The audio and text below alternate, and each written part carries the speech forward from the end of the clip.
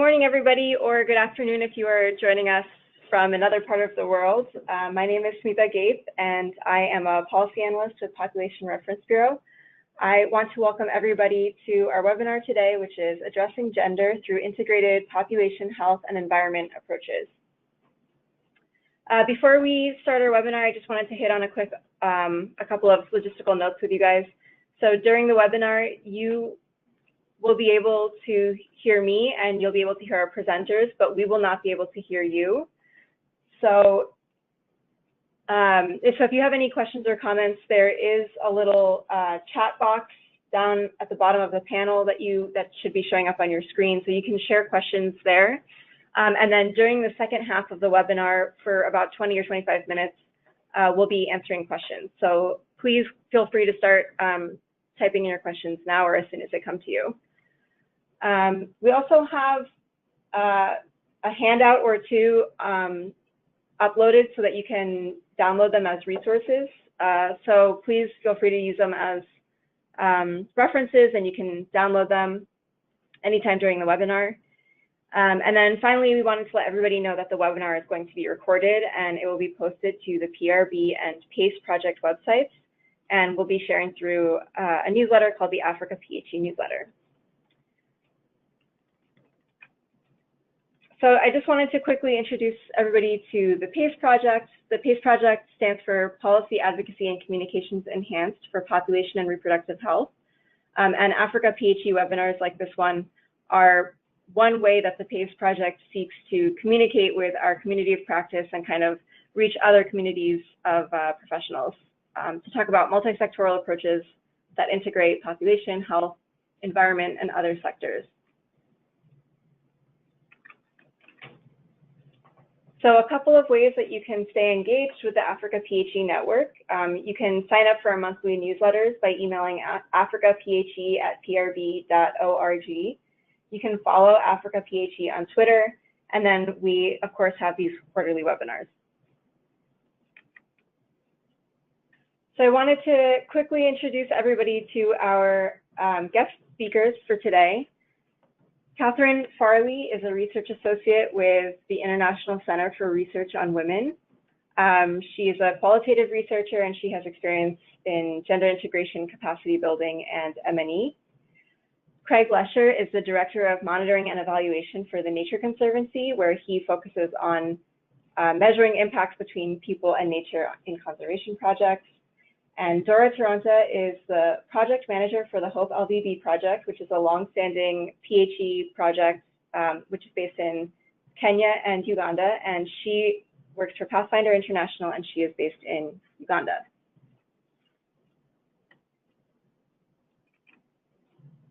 So a quick primer for those of you who are new to the PHE approach. So PHE is a development approach that integrates solutions to persistent development challenges. So often at the core of PHE projects are family planning and reproductive health, primary health care, including maternal and neonatal child health, HIV/AIDS interventions, and then some kind of natural resource management or conservation activity or a combination of activities, and also activities that recognize the links with those and livelihoods and food security. So at the heart of the approach is that people do not live their lives in silos, and so the activities that are implemented to improve their well-being should also not be siloed. And also pretty important is that it reaches the so-called last mile communities, because these projects take place in remote or rural areas. So why integrate population health and environment? As I just said, it improves equity by reaching hard-to-reach populations, often in rural communities. So it directly responds to the needs of the rural communities because they are community-driven. Family planning and conservation messages are often better received when they're packaged together with other priority needs and benefits. Evaluations have found that PHE projects at the same time can increase men's participation in health and women's participation in natural resource management. And research has shown that these that the integration is cost effective for organizations and it's time efficient for communities, which makes it a pretty good package altogether. So with that, I am going to switch over to our first presenter, Catherine Farley. She is from ICOW, and take it away. Okay, great. Thank you so much. Launch my presentation here. Thank you for the introduction, Smita. I'm very honored to be here to speak today about a topic that's near and dear to my heart, measuring gender and some promising approaches that we at the International Center for Research on Women have come up with to measure some of these nuanced concepts, specifically around women's social and economic empowerment. Just a quick overview. Who is ICRW? We're an NGO based here in Washington, D.C. with offices in Kampala, Uganda, and New Delhi, India. And our mission is to empower women, advance gender equality, and fight poverty around the world. We do this in a number of different ways. We conduct empirical research. We do program evaluations and assessments. We work with organizations to build capacity, often around monitoring and evaluation, or M&E. And we also do advocacy and policy efforts. So I thought I'd just kick it off with a quick definition so that we're all on the same page. We know what we're talking about when we say gender responsive or gender sensitive M&E. Basically, gender responsive M&E just focuses on identifying the differences that exist between men and women. And this could be in a variety of different components. It could be in their beliefs, it could be in their needs, opportunities, barriers, and it really allows programs to track how their intervention may be differentially affecting the lives of men and women. It also allows programs to identify any gendered barriers that may be unintentionally preventing program participation on the part of men or women. And then finally, for programs that seek to transform or change some of these often unequal gender norms, gender responsive M&E can allow programs to see whether or not their program is having these intended impacts at the individual, household, and community levels. I wanted to throw out this graphic. It's one we created. We think it's pretty fun. The G cycle, we call it, for G for gender. And it just shows the different places within a project life cycle where you should be thinking about gender. Begins all the way in the beginning at the needs assessment or formative research stage, goes through project design and implementation, monitoring and evaluation, of course, which is what we're focusing on today. And then that M&E data really should be used often, consistently, to inform a program as they're continuing to think about how to design, redesign, scale up to continue to improve and increase efficiency. I also wanted to point out that it's never too late to think about gender. A lot of times I think programs or organizations think, oh, we didn't think about gender in the beginning, it's too late. Or we created our monitoring and evaluation system, we're halfway through the project, we've already been rolling it out, we can't capture those gendered impacts. And that's just not true. We work with a lot of organizations where that's the case, and we're able to already take their existing M&E tools and systems and help them find easy ways to add a few more questions into their survey, a few more indicators to track those gendered impacts. So what should you be measuring when you're measuring gender? First and foremost, be collecting sex disaggregated data. We're super pleased that the field is beginning to do more and more of this, although we're hoping to see even more of it in national level surveys and indices. But this basically just means collecting the data, or taking the data that you're collecting and presenting it separately on men versus women. So sex disaggregated data can help you answer questions, for example, do male or female clean energy entrepreneurs have higher sales? Or if you're doing a health intervention, perhaps do I have more male or female clients at the family planning clinic? Sex disaggregated data is great, but it's not enough. It just gives, as I said, those straightforward numbers, number of men versus number of women. So if there's one thing that I would encourage folks to take away from this presentation, it's really to think beyond sex disaggregated data and also try to incorporate what we call gender data into your program or intervention.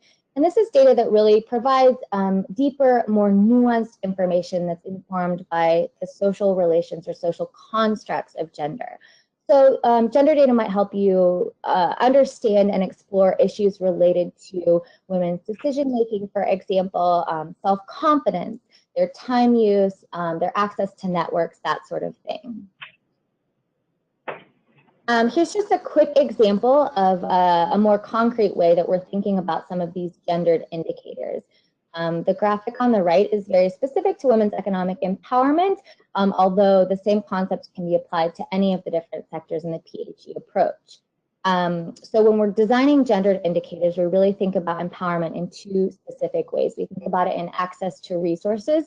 That could be things like a training. It could be employment in the case of women's economic empowerment. It could be access to finance, access to credit. And access to resources is usually a little bit more straightforward, a little bit easier to measure than power and agency, which is the other two, this other key dimension of empowerment. And power and agency measures some of those more nuanced concepts I was alluding to in the previous slide, like time use, decision-making power, self-efficacy, and status. This graphic came from a social impact measurement system that I can share as well after the webinar if folks are interested, but it's something that ICOW recently came up with in collaboration with the Global Alliance for Clean Cook Stoves.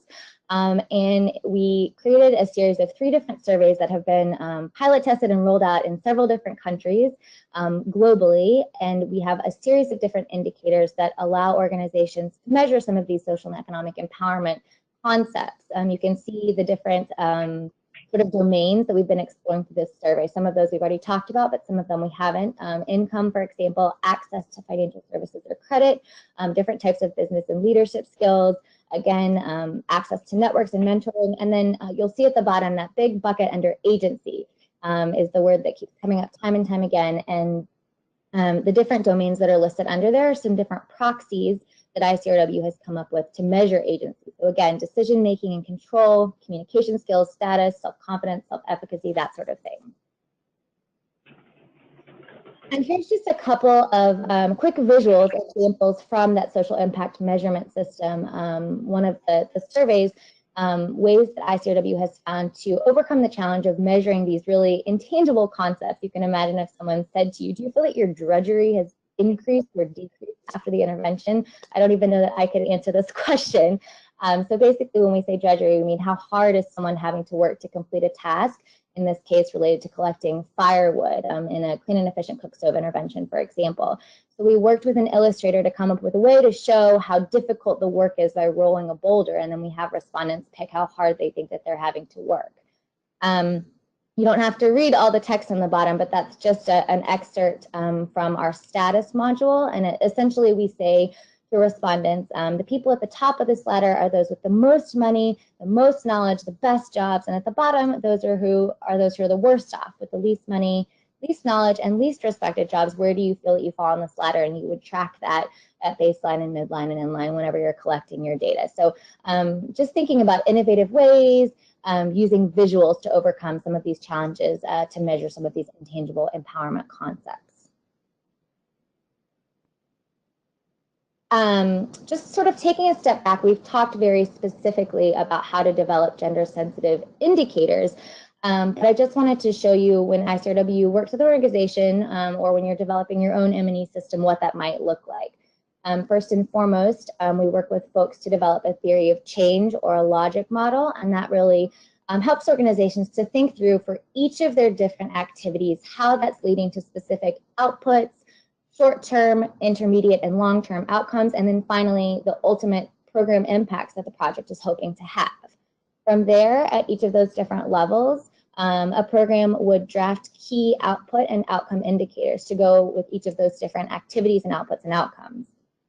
From there, we just take the indicators, plot them into a table to develop what we call an M&E plan. And that really just shows for each indicator what tool is being used to collect that data, who's responsible for collecting it, how often, who's going to analyze it, and who's going to be using the data. And that last part's really important because a lot of organizations get very excited. Oh, we can track this, we can track this. We've never tracked empowerment before.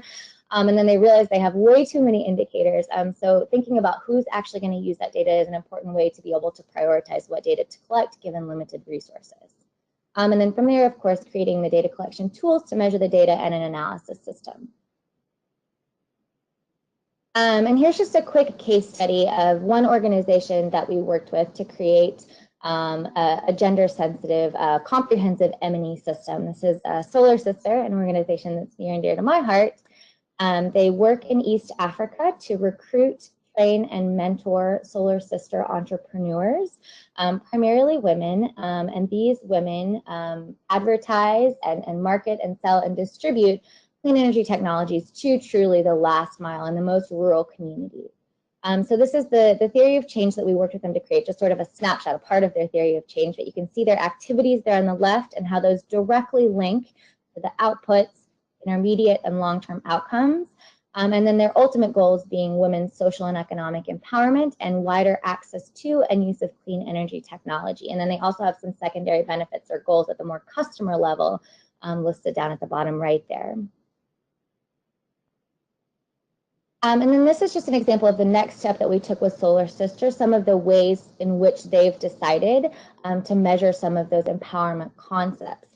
So you can see at the output level, they really are just collecting very straightforward sex disaggregated data, number of entrepreneurs that were registered, sex disaggregated, male versus female, and the number and type of products sold by these entrepreneurs.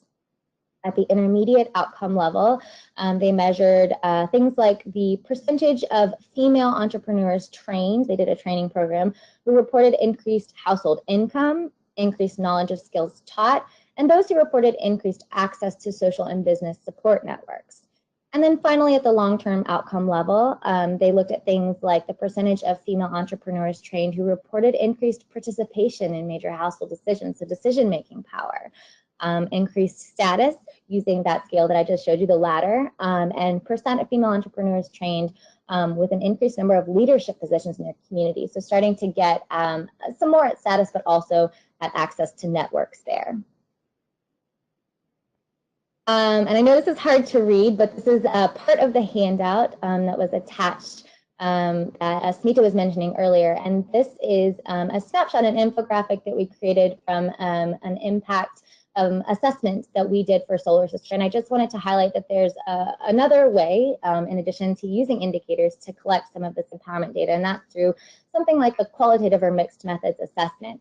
So we did this qualitative assessment for Solar Sister using a lot of those same domains we've already talked about, and we had findings at the individual, family, and community level, such as improved autonomy at the individual level, increased household health and stability, as well as education at the family level, and increased women's mobility, status, sisterhood, and community safety at the community level. So I'm happy to dive a bit more into that if folks are interested during the Q&A. And then as I'm coming to a close, I know I'm almost out of time here, I just wanted to highlight a few best practices and possible pitfalls to keep in mind to ensure that monitoring is conducted in a gender-sensitive way. A lot of times we assume that M&E units and directors and data collectors that are experienced in the field of data collection are already aware of gender issues, know how to collect gender data, and that's just not always the case. Sometimes folks are familiar with sex disaggregated data, but maybe not how to collect data on some of these more gendered impacts. So once you have your tools and your indicators, training is really important. Just thinking through the sex balance of a data collection team. Are you going to be using men? Are you going to be using women? Are you going to be using a combination? That's particularly important when collecting data on sensitive subjects like sexual and reproductive health or family planning. Doesn't mean that men can't collect data from women on family planning, but just sort of thinking about what makes the most sense given your topic and population. Thinking about the location, timing, and frequency of data collection efforts is particularly important for women. A lot of women don't have mobility. They're not allowed to move freely from space to space. They may also have issues with timing because they have a lot of other competing responsibilities at certain times of the day. So just thinking through that. And then finally, considering who's around data collection. You want to make sure that it's as private and anonymous as possible so people can be open and honest in their answers. And then my closing slide is I just wanted to tie in this idea of collecting gender-sensitive M&E back to advocacy and policy. It's a very important tool for programs, as I mentioned, and continuing to improve as they're rolling out and thinking about scaling up. But it's also important in advocating for policy changes at local, national, and international levels. So here's just a quick example to close. 2016 win from ICRW, we led a coalition of groups that were pushing for the U.S. global strategy to empower adolescent girls. And this was the world's first piece of foreign policy solely dedicated to this key population. And this strategy actually incorporated a lot of ICRW's findings and recommendations, both qualitative and quantitative, from the research and M&E that we've done on child marriage and girls' education. So with that, I'll close, and I'm happy to take questions later. Thank you so much, Catherine. That was great. So I'm just going to switch over now to Craig Lesher. Thanks for the opportunity today, everybody, and greetings to all my friends and colleagues in Africa that are joining this call. Appreciate it. So by the end of my talk today, I want you to be able to explain to a colleague why all PHE projects should do two things, one new and one old. The first one is promote mixed gender decision making. And the second one, and Catherine touched on this in her talk, is collect sex disaggregated data. And I want to show you why these two things are both linked to gender and matter for a PHE project. Next slide. So let's start in the business world. So there's actually a lot of studies showing that financial benefits accrue to companies that have more women leaders. And I want to highlight a few of these studies. Next slide. So if we look at the 279 largest European and BRIC companies, and BRIC, if you're not familiar with this acronym, means Brazil, Russia, Indonesia, and China. Companies in Europe and the BRIC countries, and what they found is that women, or companies rather, with women on their executive team had on average a 7% higher return on equity over a 3-year period. And for those of you who are familiar with the business world, return on equity is one of the major metrics for measuring the financial return or health of a company. So next slide, please.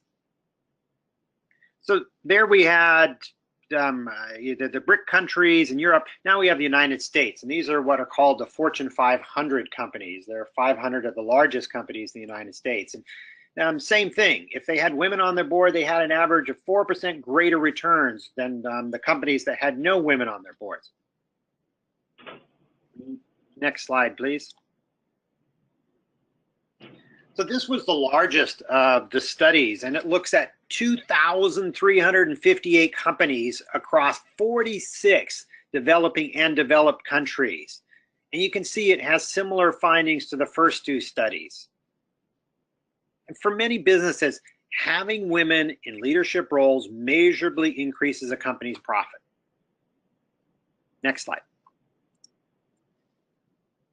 So there have been at least 73 studies that make what they call the business case for women leaders.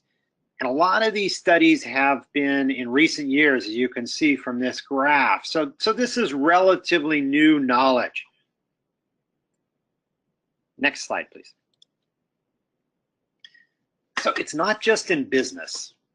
And what we find is it's also in resource management. And here's a study from Professor Beena Agarwal at the University of Manchester.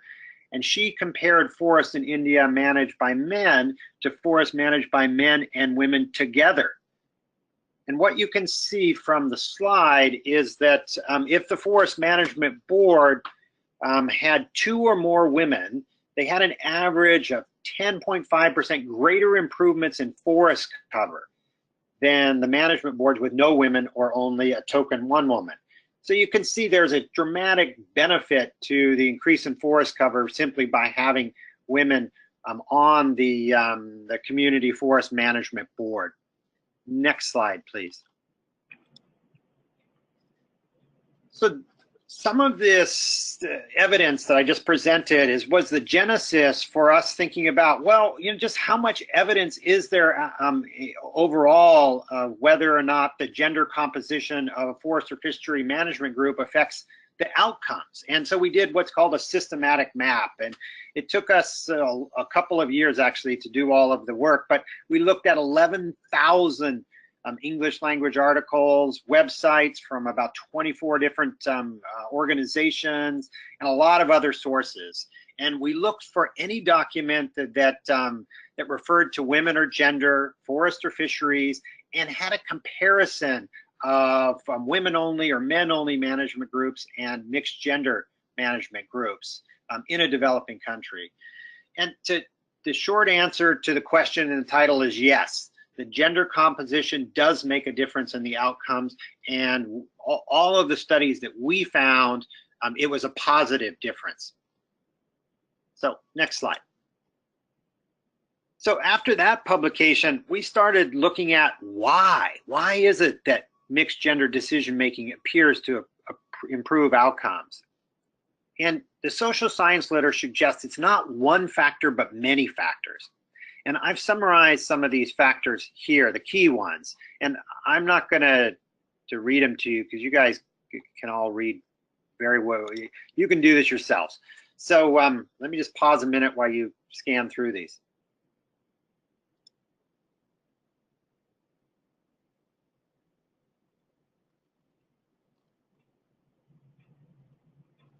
Okay, so I hope you have a sense of sort of why it is. My favorite one here is, men behave better. It's just, it ends men behaving badly when you get women in the room. So that's one thing you can use when you're talking to a colleague and trying to remember why is it that this makes a difference. So I submit to you that every PHE project should aim for mixed gender project teams, mixed gender local committees, and any other group that makes important decisions. If you do this, you will get better decision making. Next slide, please. So that was the first thing every PHE project should do, mixed gender decision making. Here's the second one, and Catherine touched on this, but if your PHE project is not collecting sex disaggregated household data, your project may be gender short-sighted. And to understand local challenges and opportunities, the project team really needs to understand local gender differences at the household level. And here's an example from my organization's oldest PHE project on why this matters. Next slide, please. From 2011 to 2016, we measured the rate of population increase in the Tuangani project in Western Tanzania. And it grew, the local population grew an average of 4.4% every year. So this is a very high population growth rate. And most of it in this area is coming from births and not in migration, according to a household study we did in 2016. And to put this in context, so if you have a 4.4% growth rate per year, that means the local population will triple in 25 years. And in the project area, we know if this happens, existing problems like food security are going to get worse. Deforestation is likely to accelerate. And sadly, we're likely, if this population trend continues, to lose most of the habitat where almost all of Tanzania's chimpanzees live, which happens to be outside of protected areas. So, it's a huge area that's very important for both the wildlife and the people that depend on the natural resources, the forests and the fisheries and the soil. So we knew about this high growth rate from the start of the project, and that was one of the reasons we chose to go with a PHE approach. But we needed to identify the opportunities for reducing the high fertility rates in project villages. So to do this, we collected sex disaggregated data on dozens of indicators with using our household survey. So here are 2 bits of information that we would have never known without household level sex disaggregated data. Next slide.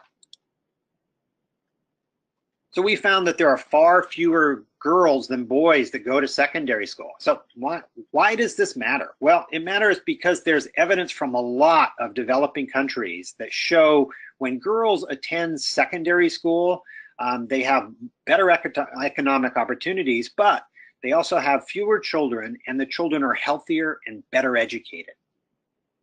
So now we're researching and trying to understand more about why is it that so many girls don't attend secondary school. And actually the team is in the field this week, so I think we're going to have some detailed answers to understand why so many girls drop out of secondary school. But if we did not have this sex disaggregated household data, we would never have known that one of the ways that potentially that we can address the high fertility rate locally is getting more girls to attend secondary school. Next slide, please. So when we asked people what was the ideal number of children for a family, they said 8 on average. But it was only when we disaggregated the data by men and women that we found that women want fewer children than men on average, about 1 kid less than the men want on average. So this gives our project staff a leverage point. Now we know that we need a strong focus on educating men about the benefits of family planning. They're the ones who want more kids than the women. If we can simply get the men and the women to agree, we've already reduced the desired number of children.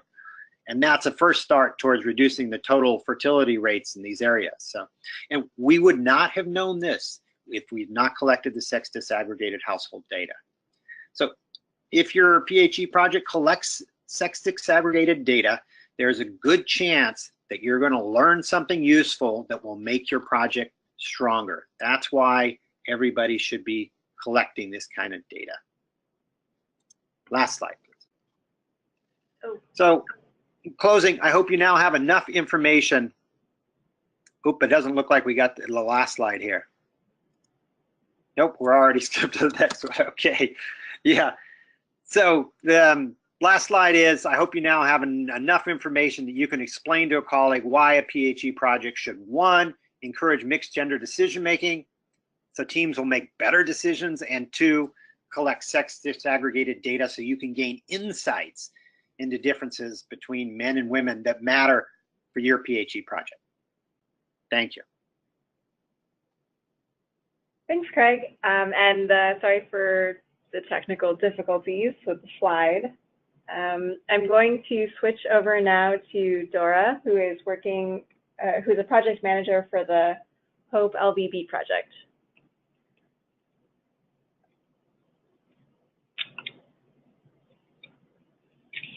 Hello. Hi, Dora. We are ready when you are. Okay, thank you. Thank you, Timothy. I'm ready, and good afternoon and good morning, everyone. After listening from Craig and Catherine, allow me to present to you a case study of the HOPE project. HOPE is Health of the People and the Environment in the Lake Victoria Basin project. Next slide.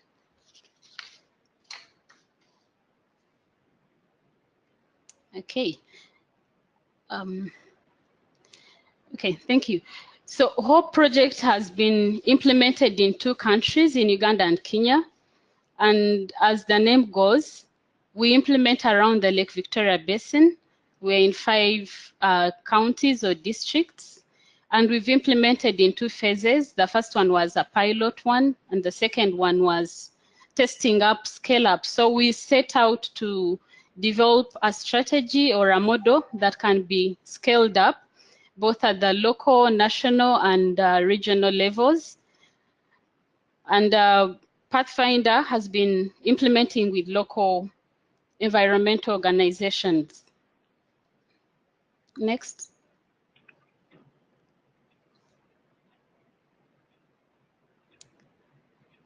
So HOPE set out with a goal to reduce or contribute to reducing threats to biodiversity conservation and ecosystem degradation in the basin, while simultaneously increasing access to family planning and sexual reproductive health services. And one would wonder how this would be if we didn't, like Craig put it, if we didn't do a baseline to find out what are the issues that were very key in the basin that led to biodiversity degradation, as well as reducing access to family planning and child maternal health interventions in the community. So we needed to know exactly what it is, what are the disparities between men and women, what are the issues that are affecting them, for us to be able to reach a point where we could move with all the communities, the community groups and members, as well as households, to be able to achieve our goal. Next.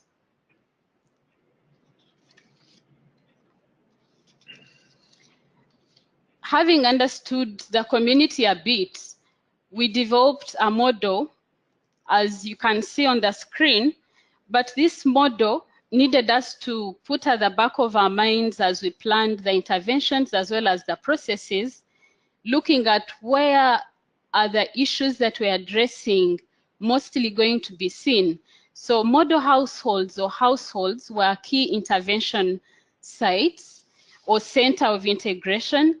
But having that, we needed to understand gender issues so as to promote gender equality and youth engagement as we bring in as intersector collaboration as a PHE project. Next.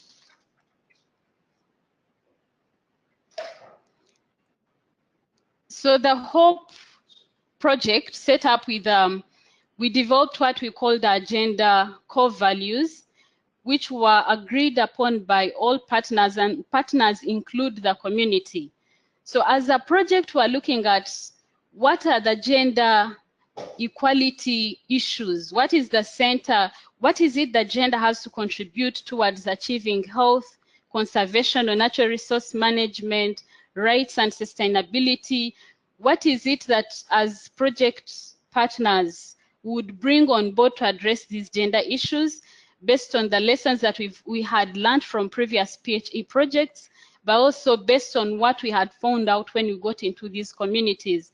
Because one thing I would want to point out is that some of these gender issues are actually different based on the different communities that we work in. So bringing on the expertise from the different partners, we were able to develop what we right now call successes to realize the value addition of PHE in addressing gender issues. That is having everyone, men, women, girls, and boys, taking full participation in the project interventions. Next. So at the baseline, we found out that women in these communities were often not included in decisions that were made, either the community or household, even at the different leadership levels at the sub-counties and districts about natural resources management. Many times young mothers, these are women who had their children before the age of 25. Many times they were stigmatized, they were not empowered, they were named all sorts of names in their communities, so they were lost in their own communities and they did not contribute. Yet these are key backbones of our communities, of our households, as mothers and as people who raise our children. Women usually did not have their own incomes. They were not involved in making decisions about family incomes. And as a result, this affected their health, because without an income, they would rely at the mercies of either the older women in the home or their spouses. And, they did not have a say on when to access health care, as well as they didn't have a say on how to use the natural resources which they depended on. And there were spaces considered as women's spaces, for example, the kitchen, and men never even stepped in. They were not there to help. They were not even there to chat with their women. Next slide.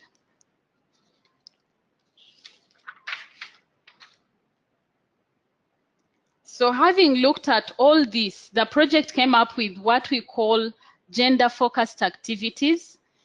And these included implementing gender trainings so as to involve all that were trained in what we call POA exercises early in the startup of the project, so that the target communities start of knowing that it's beyond the money, it's beyond just depleting the natural resources, it's beyond not having access to health, but there is more that affects what was happening in their communities, and helping them to understand what are the roles that we have also grown up knowing, how they affect the interventions that come into our communities, and more so now that we're bringing in, a relatively new approach, an integrated approach that they didn't know. So we looked at mainstreaming gender interventions in all our activities, from community, household, up to the national level. We encouraged women to be trained, and we encouraged them to take part in what was originally considered male-dominated activities like fishing, and we made sure that we reached out to the male in their own space with information and with messages that talked about the importance of involving women. Next slide. So after doing all that and making sure that the communities understood the importance of gender equality and involvement, we came up with indicators which were gender sensitive. Just like Craig was telling us, it is important to make sure that our indicators, our data is gender segregated, is sex segregated.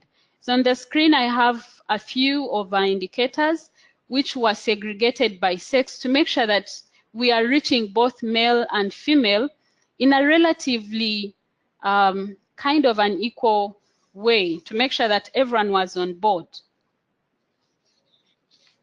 Next. So having done all this, what has been the impact of our gender interventions as a PHE project? Because we believe all that women are the voices, we know that much as they might be soft, they are loud in a way, they are the teachers, they're the ones that do all the work that we need, and they're the ones that will ensure that we have sustainability in our interventions. So we have seen women and youth as champions grow from the timid, the not recognized, the not appreciated groups. They have grown into champions. They have grown into promoting positive behaviors. They have been practicing it themselves. They're the ones that head most of these households, whether female. There's also a belief that a woman is in charge of the household, much as she did not have an income of her own. But we've seen them grow, and we've also seen men take part in ensuring that their homes and their communities are improving in terms of well-being. We've seen some of them grow into leaders. For example, we had a young mother who never used to speak. She could not talk to the community, but she grew slowly into a model household. Then she went on and competed in a political position at her local level. And as we speak, she's the deputy speaker of her sub-county. Because with all the training and the work with the whole project, she was able to realize that she's actually able, she can speak up, she can reach out to her peers, she can reach out to those that didn't actually think she was useful. So we've seen them grow. There have been so many of them that have been economically empowered through what we call environmentally friendly income generating activities. And many of them have gone on to, women in the beginning were not supposed to even tend a tree or grow a tree, but they have grown nursery beds, tree nursery beds, and they have been at the center of distributing trees. They have been at the center of making sure that the fish that is being sold as fishmongers is fish of acceptable size. So they have been fighting off all these environmentally unfriendly practices, but on another hand, they have been earning an income which is empowering them to gain a position in the society. On the same hand, male have increasingly become involved in maternal child health and family planning issues, which originally they looked at as a woman thing. But now they understand that, as Craig put it at some point, that they found out that men are actually the ones who want many children. And true, a woman will produce as many because she wants either to outcompete her co-wife or she wants to please the clan or the husband. But the men now are coming up to say, no, we cannot have so many because we want children that we're able to raise, we want children we're able to give a future that is befitting. And all this has also seen girls' possibilities for education increasing. We noticed that at the beginning, girls were dropping out early. And why was this the case? We found out that from our qualitative survey, many of the girls are the ones that were left behind to carry out domestic chores because either the mother is having another child or she's sickly, she's pregnant. So when all that happens, who is supposed to stay home to do work? It's the girl. But with all the interventions, with family planning on board, with energy saving stoves that save them the hassle of looking for so much firewood, the girls had space. They were able now to save time and be able to go to school because on the other hand, the families are getting economically empowered. And all this has improved family relations, which we find very helpful because that means now the community, the mother and the father, a girl and a boy are able to sit in one place and discuss issues that affect their future, that affect their livelihoods. Next slide. The next slides are mostly pictures from what I've been talking about.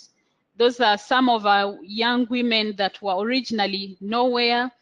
On the left, we have some of them in a conference. They have been able to go for regional and national conferences, and they're out there speaking. The next slide gives us women in their different income generating activities, which are also environmentally friendly. Yeah, and we see a man helping the wife, looking after the child. So they're able now to discuss their family planning issues together. And the last one with pictures is talking about leadership and accountability. So these are the young men and the women now able to sit and discuss issues that affect their community. And they're able to say, this is what will happen. We won't carry fish that is this weight low, or we won't be responsible for cutting trees, and they want to help one another. So there is increased improvement in their leadership and accountability skills. Next. What are the lessons that we have learned as a project? I want to add my voice to Catherine and Craig. We must, as PHE programmers, we must know that everyone needs to be involved for us to achieve what we set out to do. Male involvement is very key. We need peers, we need women, and we need them not to be part of the big pool. We need them at the forefront. We need those that traditionally were not involved in certain activities, like male being involved in family planning. We need women being involved in natural resources management if we are going to be successful as PHE programmers and implementers. Community engagement to address social and cultural issues is very paramount. Much as we come in with all these interventions, unless we understand the social and cultural issues, which in most cases, pull down either the male or the female from doing certain activities, unless we understand and address them, then we are bound to fail at a certain point. We've also learned that community dynamics, understanding them is very important. Why is it that women are not involved in natural resources management, for example? Why is it that men will not even escort their wives when they are going for antenatal clinic? Is it because they don't want to be laughed at? Is it a culture issue? What are those dynamics in the community that we need to learn? Peer learning, grouping, and support is very key in addressing gender issues. If as a young woman dropped out of school, she's been able to rise up to a certain point, how is it going to help another young woman that has fallen out? Rather than bringing in an educated older woman, this peer will understand, they'll understand each other and will be able to help one another. Income generating is very key. It's a key intervention in empowering communities for gender equality, especially where women are unlucky, so to put it. If a woman is not heard, why is it so? Because in the beginning, we found out that many of the men or spouses, even their in-laws, they thought that these girls or these women were coming to the project to rumor monger, to waste time and to do all that.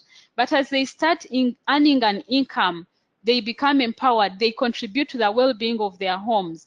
Then their spouses and their in-laws loosen up a bit. They allow them to start coming for these meetings, they allow them to participate because they are seeing the value in their being, because they are earning an income and they are being empowered. So we need to make sure that in PHE interventions, income generation is key in bringing out those that we want to support. Next, which is my last slide. I'll conclude by saying that for all PHE programs, it is very important for us to go in and involve women and men to understand what exactly addresses their issues. The beauty about PHE is that it addresses community needs in a holistic manner, which is what will help us to move forward besides the sector interventions that we are all accustomed to. Thank you. Thank you so much to all of our speakers. I think these were some great presentations. We have a couple of questions coming in and a few minutes to answer them. So I'll just start by asking on behalf of one of our viewers, so I guess this is a question for Dora, maybe. How can we be sensitive to gender norms and cultures and still respect women? Thank you, Smita. The best way we can be sensitive to gender norms and cultures is, one, to involve the community leaders themselves, involve the women, involve the men, understand what it is that they hold dear, what is it they don't want, regardless of what I think as an implementer, regardless of what I'm set out to carry out as a project. Let's first understand what are those that are dear to them, and also involve them in finding ways of addressing those that they consider dear to them, which we know are hindrances to the work that we're going to do, but also hindrances to seeing them improve their livelihoods. Great. We also have kind of a couple of questions that are kind of in line with each other. So somebody asked if the measurements for women's agency are cross-cultural, and what does self-efficacy look like around the world? Is it pretty universal, or how do you kind of gauge that in different settings? So Craig, I think this is a good question for you. I think Catherine's perfectly positioned on this. Okay, Catherine. Yeah, sure, absolutely. That's a great question. I think that that's a challenge in measurement that we've definitely come across, is how do we make some of these empowerment concepts cross cultures and cross context. So I'll give just a couple of examples that we've sort of encountered through our work and how we've addressed those. One challenge is exactly the one that was brought up around self-efficacy. We found it's difficult in particular in certain contexts where people don't believe that they have control over their own life, perhaps because of religious reasons. So, for example, in some contexts, we would ask a more complex question, but basically, do you feel that you have control over your own life? And many people in certain contexts believe that God has control. I don't have control, no one has control. So that type of question would not work in that particular setting. So instead, to measure self-efficacy or self-confidence, we would use maybe questions about self-confidence sort of as a proxy. So we might ask about communication skills instead. So you definitely wouldn't use the same question.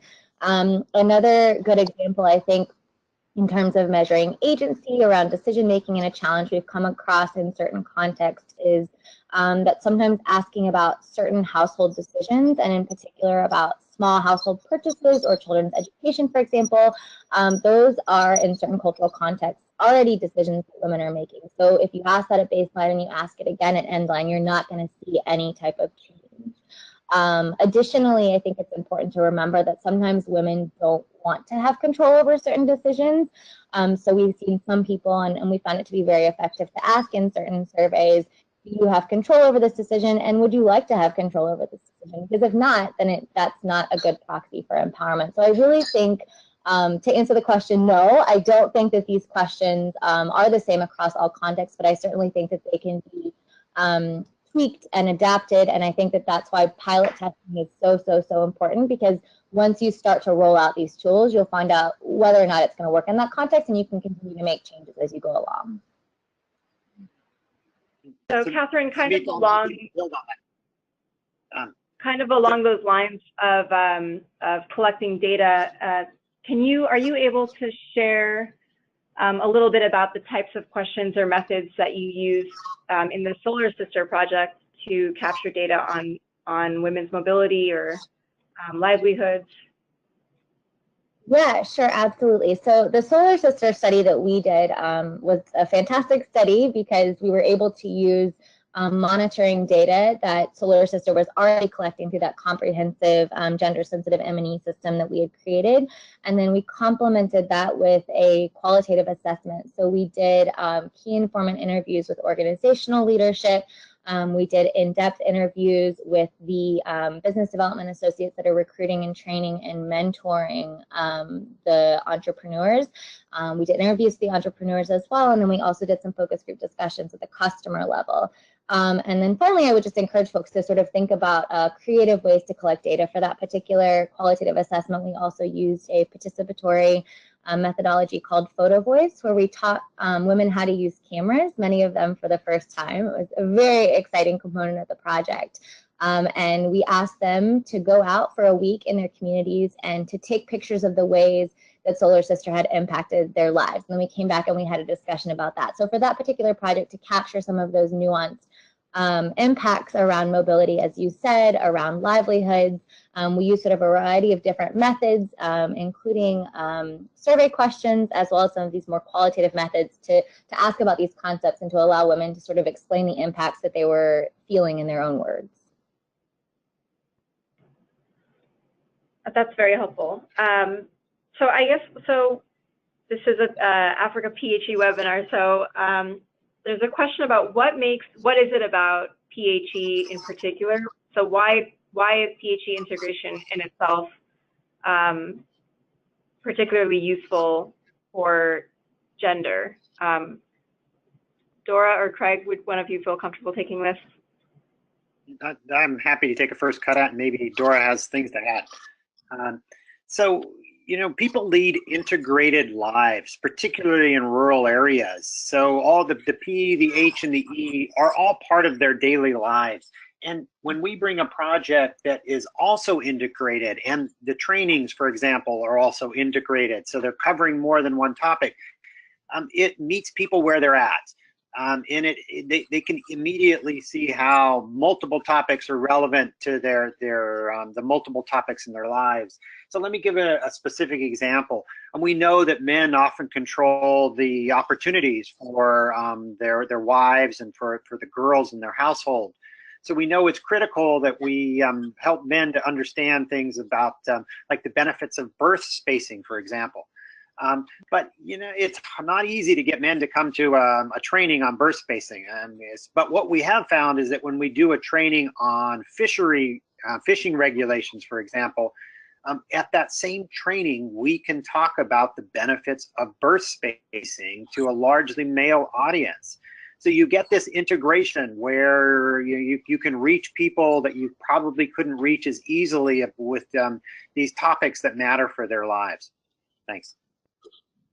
That was good, Craig. You said it all. PHE addresses key issues that really affect the daily needs of everyone. I would sum it up like that. And then a question that also came in. So are there any places in particular that Catherine or Dora or Craig, are there any places in particular that PHE implementers should go to get an idea of some gender indicators as they're planning their projects? This is a question that came in from someone working on a PHE project in Madagascar. Yeah, I'm happy to take the first stab at that. I think that one great resource that we're hoping to get out more and more, and for other folks to be using, would be the social impact measurement system that I mentioned a couple of times in my presentation. So I can definitely send Smita, maybe you, the link to that, and you can disseminate it to the program participants afterwards. I will say that those surveys were created specifically for those working in the clean energy sector, but I think a lot of the concepts and indicators can be just very slightly tweaked and adapted and would be very easily applicable to other projects working in PHE. The other thing, I suppose, a shameless plug would be to partner with organizations like ICRW. One of the big things we do is mini capacity building. We work with a lot of grassroots organizations on the ground. I love doing mini capacity building, so if you have the time and the resources and the interest, I would encourage you to reach out to us about the possibility for working together.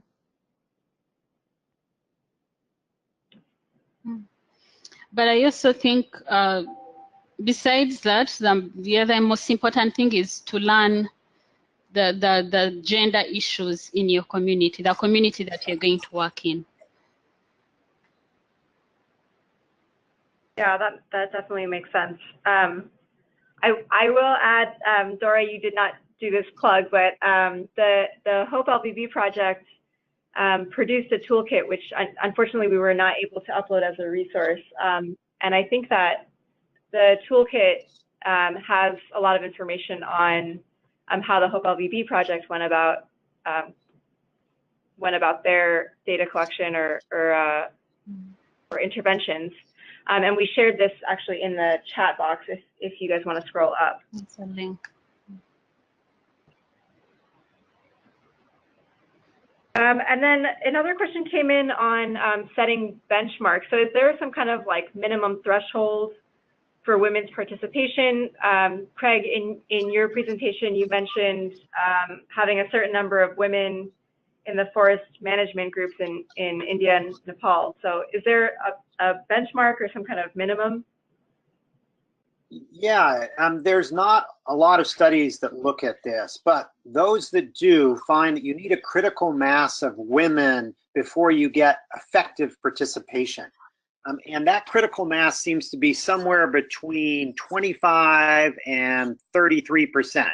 So from a quarter to 1/3 of your group needs to be women before you're going to get effective participation.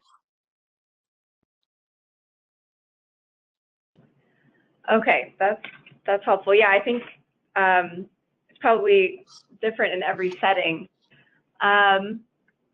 So someone asked a question saying it would be helpful to know more about how to engage the community directly and address the existing gender norms. So I think this is probably a good question for Dora, maybe, or Craig. You guys have worked specifically on implementing PHE projects. So how did you go about engaging the community? Yeah, I'll try that first.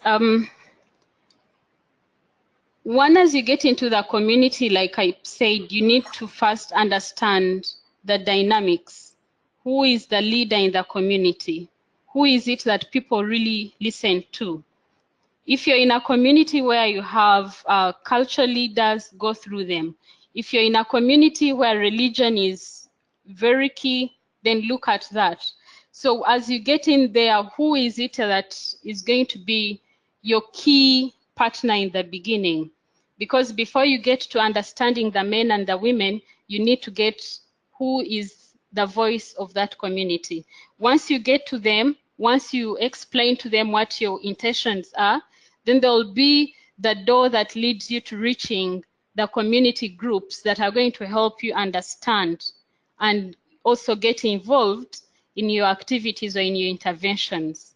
So it's very important to do your mapping right, and if possible, get someone who you'll work with or who you ride with who understands that community better. So kind of along the same, oh, go ahead, Craig. Just to add to that a bit, so when we're designing a new project, they always start out the same. We go to a community and do key informant interviews. And the phrase I often use is I ask people to introduce the interview team to the wisest people in the community. So you'll get the people that are very knowledgeable and very articulate, because sometimes if you just go to the village leaders, some of them are great and some of them not so much. So we do key informant interviews, and that helps us to understand what are the key issues in this community. But then to go deep on those key issues, we do a series of focus group discussions. So using a couple qualitative tools up front to help understand what the range of issues are. Thanks. We have time for one more question. We've gone a little bit over time. So I wanted to ask, are there any efforts that have been documented either in PhD projects that you guys are working on, or Catherine, in the projects that you have worked with? So are there any efforts to reach young men and women, or boys and girls? And is there any particular benefit to reaching community members when they're younger? Are there any evaluations or anything showing that maybe these lead to more significant results long term?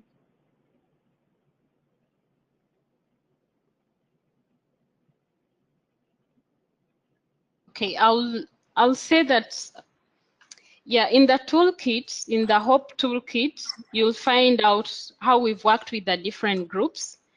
And I want to say that there is a lot of benefits when you work with young men and women in the project, because these are people that, you know, in most cases are very receptive.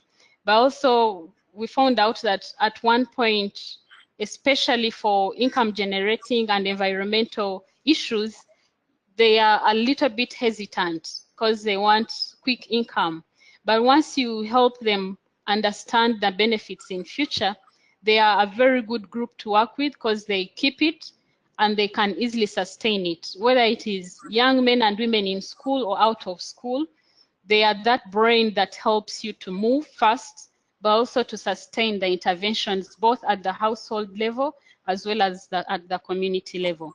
So you know, check out the toolkit, and then you can, if you find gaps, then you can reach out to us and we'll be willing to help. Great. So with that, I want to thank everybody who stayed online, and thank you to our presenters today who have shared such a wealth of information on not only how to measure gender, but just why it's so important to PhD projects and also other projects for other sectors. For everybody who is online today, the webinar will be posted online, and we'll reach out to everybody once it is online. And we can also reach out to everybody with some of the resources and references that we talked about today. So with that, thank you so much to Catherine, Craig, and Dora, and thank you so much to our participants for your great questions, and look out for the recording online soon. Thank you, Smita. Thanks, Smita. Thank you. Thank you.